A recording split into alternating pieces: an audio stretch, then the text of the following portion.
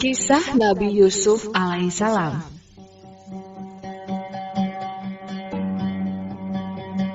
Kisah Nabi Yusuf alaihissalam dapat kita simak secara lengkap di dalam Al-Quran surat ke-12, yaitu surat Yusuf.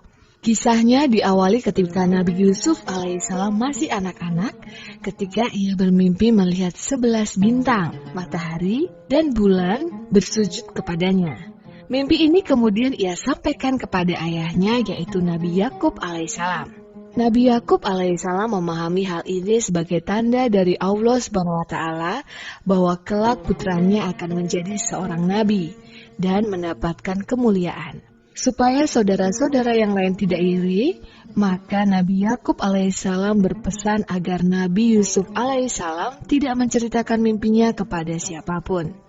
Nabi Muhammad SAW pernah menyebutkan bahwa nama-nama bintang yang ada di alam mimpi Nabi Yusuf alaihissalam adalah Jarian, Tarik, Dayal, Zulkatafan, Kobis, Watsab, Amradan, Failak, Musbih, Doruh, Zulfara, Dia, dan Nur.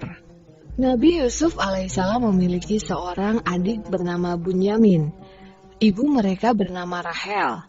Mereka tumbuh menjadi dua anak yang berbakti pada orang tua dan memiliki kepribadian yang lebih baik dibandingkan dengan 10 orang kakaknya. Tidak heran bila Nabi Yakub alaihissalam lebih memperhatikan dan menyayangi mereka. Muncullah rasa iri pada kakak-kakak Nabi Yusuf alaihissalam. Rasa iri ini membuat mereka berencana menyingkirkan Nabi Yusuf kecil dengan cara mengajaknya berjalan-jalan sambil bermain dan kemudian memasukkannya ke dalam sumur yang jaraknya sangat jauh dari rumah. Sebelumnya, mereka sengaja merobek baju Nabi Yusuf kecil dan kemudian dilumuri dengan darah domba, supaya mereka dapat berbohong kepada Nabi Yakub alaihissalam bahwa Nabi Yusuf alaihissalam telah dimakan oleh kawanan serigala. Mendengar kabar ini, Nabi Yakub alaihissalam menjadi sangat sedih dan terpukul jiwanya, hingga tangisannya membuat kedua matanya tidak dapat melihat. Walaupun di dalam hati Nabi Yakub ada kecurigaan terhadap kebenaran kabar ini, akan tetapi Nabi Yakub alaihissalam lebih memilih untuk berserah diri kepada Allah SWT dan terus berdoa agar apabila Nabi Yusuf alaihissalam masih hidup, maka ia selalu berada di dalam lindungan Allah SWT.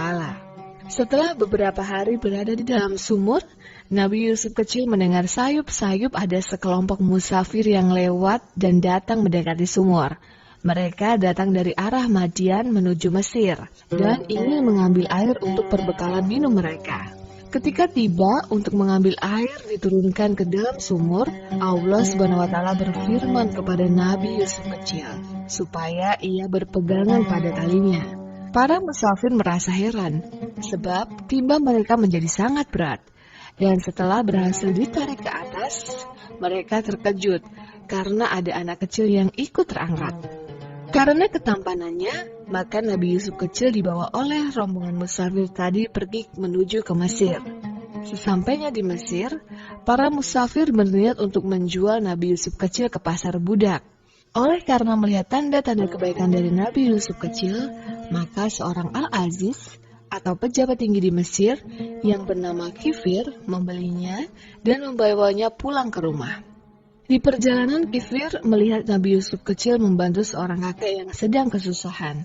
Peristiwa ini merubah pikirannya, sehingga Nabi Yusuf kecil tidak dijadikan budak, melainkan diangkat sebagai anak.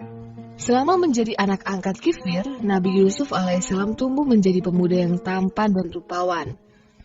Keindahan rupa Nabi Yusuf inilah yang membuat para perempuan di Mesir terpesona, sehingga Nabi Yusuf alaihissalam akan selalu menutup wajahnya saat berpapasan, kecuali kepada istri Kifir yaitu Zulaika, yang telah merawat dan membesarkannya. Suatu hari setan datang membujuk. Tiba-tiba Zulaika terpesona dengan ketampanan Nabi Yusuf alaihissalam. Zulaika menggoda Nabi Yusuf alaihissalam. Akan tetapi, Nabi Yusuf mampu menahan godaan tersebut dan segera berlari menjauh menuju sebuah pintu keluar.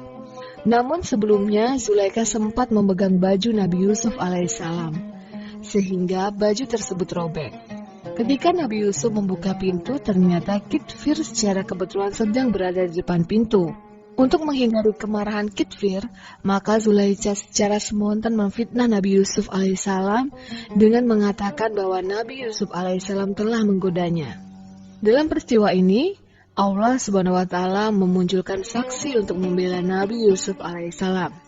Saksi ini adalah seorang bayi yang masih dalam buayan, yaitu anak dari paman Zulaikha sendiri. Bayi ini berkata, jika pakaian Nabi Yusuf alaihissalam robek di bagian depan, maka ia bersalah.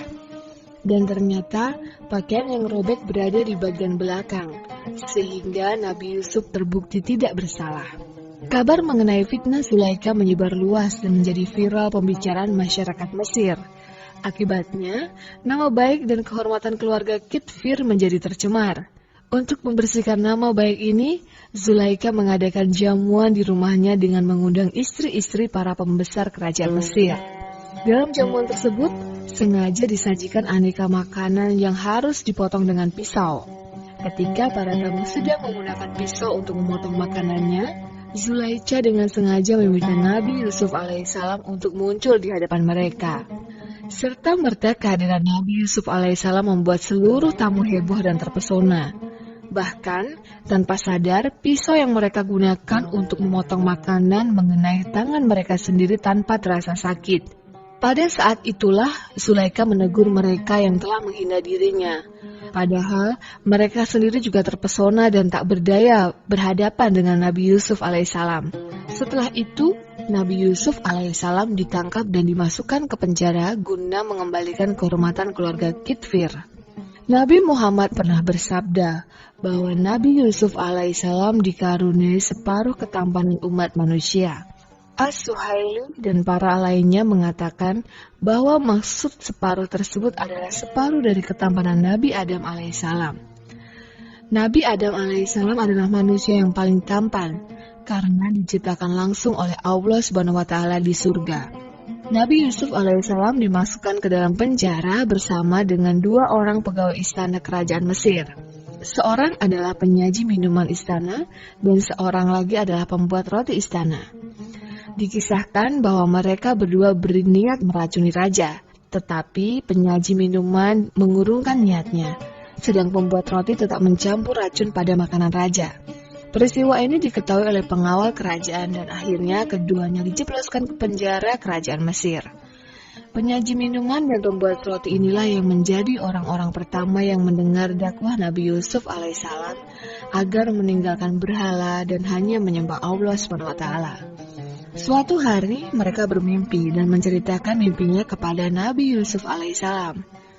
Penyaji minuman bermimpi dirinya meremas anggur ke dalam gelas milik raja, kemudian menyajikan kepada raja dan raja meminumnya. Sedangkan pembuat roti bermimpi dirinya sedang keluar dari dapur sambil membawa keranjang di atas kepalanya. Roti dan beraneka jenis makanan yang ada di dalam keranjang tersebut dimakan oleh burung buas. Setelah menyampaikan mimpi masing-masing, mereka meminta Nabi Yusuf alaihissalam untuk menafsirkannya. Nabi Yusuf alaihissalam menjelaskan bahwa salah seorang di antara mereka akan dibebaskan. Jabatannya dikembalikan dan diperlakukan dengan baik oleh raja karena kejujurannya. Sedangkan yang lainnya akan dipecat dan dihukum berat karena pengkhianatannya. Tafsir mimpi ini ternyata menjadi kenyataan. Pembuat roti dipecat dan dihukum berat karena roti yang disajikan terbukti mengandung racun. Sedangkan penyaji minuman dibebaskan dan mendapatkan lagi kejabatannya. Karena ia secara jujur menjelaskan bahwa pada awalnya ia ditugaskan meracuni minuman raja, namun ia tidak dapat melakukannya.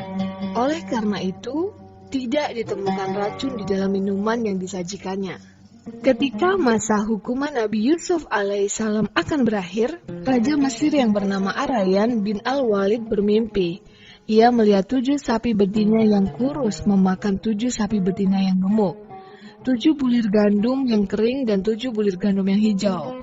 Raja sangat gelisah, sehingga meminta para ahli tafsir kerajaan untuk menafsirkan arti mimpinya. Tetapi, ternyata tak ada satupun yang mampu menafsirkan mimpi raja. Penyaji minuman istana teringat kepada Nabi Yusuf alaihissalam. Atas izin dari raja, maka berangkatlah ia menemui Nabi Yusuf di penjara untuk menceritakan mimpi raja. Nabi Yusuf alaihissalam menjelaskan bahwa arti mimpi sang raja adalah akan datang masa kemakmuran selama 7 tahun. Setelah itu, akan datang masa kekurangan makanan atau paceklik selama 7 tahun karena kekeringan. Mendengar tafsir mimpi ini, penyaji minuman segera memberitahukannya kepada raja. Raja terkesan dan minta agar Nabi Yusuf alaihissalam dikeluarkan dari penjara. Tetapi, Nabi Yusuf justru menolak untuk dibebaskan, sebelum tuduhan yang menyebabkan dirinya di penjara diselidiki kebenarannya. Akhirnya, Nabi Yusuf alaihissalam dibebaskan, setelah memang terbukti tidak bersalah.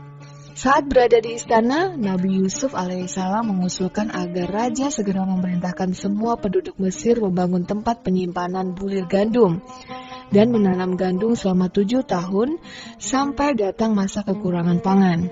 Nabi Yusuf alaihissalam juga meminta agar gandum yang dihasilkan nantinya tidak dimakan semuanya, akan tetapi disisihkan sebagian. Kemudian rakyat Mesir diwajibkan menjemur bulir gandum sampai kering sebelum disimpan. Selain itu, bulir gandum harus dibiarkan tetap utuh beserta kulitnya. Ternyata benar, bulir gandum yang kering dan kulitnya tidak terbuka memang lebih tahan lama dibandingkan dengan gandum basah dan terbuka kulitnya. Pengetahuan Nabi Yusuf alaihissalam telah membuat Raja Mesir kagum dan mengangkatnya menjadi penanggung jawab produksi dan pengelolaan makanan meliputi seluruh wilayah kekuasaan kerajaan Mesir. Raja memberinya cincin stempel kerajaan, pakaian dari sutra, mahkota emas, dan kendaraan khusus. Atsa Alibi mengisahkan bahwa Raja Mesir memecat Kitfir, pejabat kerajaan yang dahulu memenjarakan Nabi Yusuf alaihissalam, lalu mengangkat Nabi Yusuf alaihissalam sebagai penggantinya. Setelah Kitfir meninggal, maka Raja Mesir menikahkan Zulaikha dengan Nabi Yusuf alaihissalam. Dari pernikahan ini, Nabi Yusuf alaihissalam dikaruniai 2 orang putra bernama Afraim dan Minsya. Nabi Yusuf alaihissalam diangkat menjadi menteri dalam urusan pangan di Mesir pada usia 30 tahun. Terdapat kisah, suatu ketika Raja Mesir mengajaknya berbicara dengan menggunakan 70 bahasa, dan Nabi Yusuf alaihissalam mampu mengimbanginya dengan tata bahasa yang sangat baik. Hal ini semakin membuat Raja takjub dan bangga dengan kemampuan Nabi Yusuf alaihissalam yang terbilang masih muda. Pada saat Mesir dilanda paceklik, kekeringan yang sama juga dialami oleh negeri Syam, tempat tinggal Nabi Yakub alaihissalam beserta keluarganya. Kondisi ini membuat Nabi Yakub alaihissalam mengutus seluruh putranya kecuali Bunyamin agar pergi ke Mesir menemui penanggung jawab produksi dan pengelolaan makanan kerajaan untuk meminta izin agar boleh membeli bahan makanan. Sesampainya di Mesir, mereka tidak mengenali Nabi Yusuf alaihissalam, sedangkan Nabi Yusuf alaihissalam berpura-pura tidak mengenali saudara-saudaranya. Nabi Yusuf alaihissalam sempat mencari Bunyamin, adik kesayangannya, yang ternyata tidak turut serta. Kemudian Nabi Yusuf alaihissalam mencari akal supaya dapat bertemu dengan Bunyamin. Maka dijebaklah kakak-kakaknya dengan tuduhan sebagai mata-mata. Dan untuk membuktikan bahwa mereka tidak bersalah, mereka harus membawa Bunyamin serta menyerahkan surat bukti kenabian ayah mereka, yaitu Nabi Yakub alaihissalam. Dan salah satu dari mereka harus tetap tinggal sebagai jaminan. Setelah mendapatkan surat bukti kenabian Nabi Yakub alaihissalam, mereka mengajak Bunyamin pergi ke Mesir. Kali ini Nabi Yusuf alaihissalam sangat gembira karena dapat berjumpa dengan Bunyamin. Supaya Bunyamin tetap tinggal di Mesir, maka Nabi Yusuf alaihissalam sengaja memasukkan alat penakar gandum ke dalam karung Bunyamin dan menghukumnya menjadi budak di Mesir selama setahun lamanya. Akhirnya, saudara-saudara Nabi Yusuf alaihissalam pulang kembali ke negeri Syam tanpa Bunyamin. Barulah setelah itu Nabi Yusuf alaihissalam memanggil Bunyamin dan memberitahu bahwa ia adalah Yusuf kakaknya. Mereka berpelukan melepas kerinduan yang telah lama terpendam. Di negeri Syam, Nabi Yakub alaihissalam sangat sedih kehilangan Bunyamin dan memerintahkan putra-putranya agar kembali ke Mesir dengan misi untuk membawa pulang Bunyamin. Sesampainya di Mesir dan bertemu dengan Bunyamin, Alangkah terkejutnya ketika Bunyamin menjelaskan bahwa yang menjadi menteri pengelolaan pangan adalah Yusuf, yang dulu mereka buang ke sumur.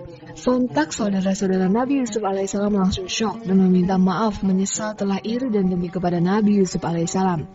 Mereka menceritakan bahwa sepeninggal Nabi Yusuf alaihissalam, Nabi Yakub alaihissalam selalu menangis hingga matanya tidak dapat melihat. Pada saat saudara-saudaranya akan kembali lagi ke negeri Syam, Nabi Yusuf alaihissalam membawa sebuah baju gamis miliknya untuk diusapkan ke bagian wajah Nabi Yakub alaihissalam. Ternyata, setelah diusapkan maka atas izin Allah SWT, mata Nabi Yakub alaihissalam dapat melihat kembali. Ia bersama seluruh keluarga besarnya segera berangkat ke Mesir untuk menemui Nabi Yusuf alaihissalam dan Bunyamin. Saat bertemu dengan Nabi Yusuf alaihissalam, Nabi Yakub, ibu dan 11 saudaranya melakukan sujud penghormatan.